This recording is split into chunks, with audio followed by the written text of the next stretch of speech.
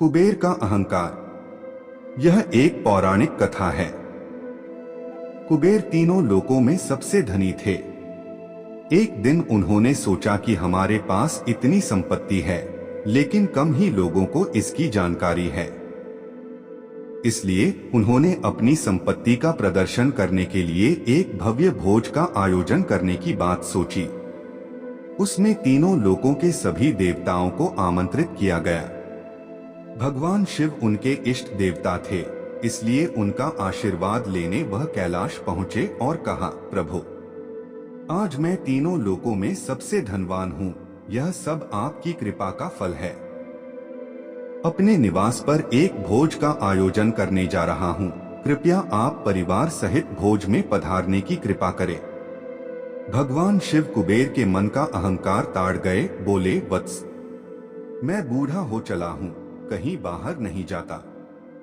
कुबेर गिड़गिड़ाने लगे, भगवंत, आपके बगैर तो मेरा सारा आयोजन बेकार चला जाएगा। तब शिव जी ने कहा, एक उपाय है। मैं अपने छोटे बेटे गणपति को तुम्हारे भोज में जाने को कह दूंगा। कुबेर संतुष्ट होकर लौट आए। नियत समय पर कुबेर ने भव्य भोज का आयोजन किया। तीनों लोकों के देवता पहुंच चुके थे। अंत में गणपति आए और आते ही कहा, मुझको बहुत तेज भूख लगी है, भोजन कहाँ है? कुबेर उन्हें ले गए भोजन से सजे कमरे में।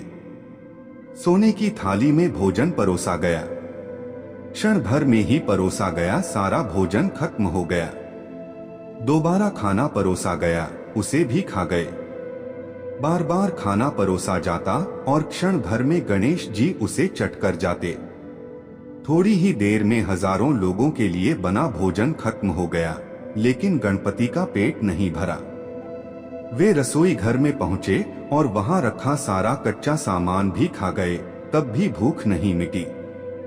जब सब कुछ खत्म हो गया तो गणपति ने कुबेर से कहा, जब तुम्हारे पास मुझे खिलाने के लिए कुछ था ही नहीं तो तुमने मुझे न्योता क्यों दिया था? कुबेर का अहंकार चूर चूर हो गया।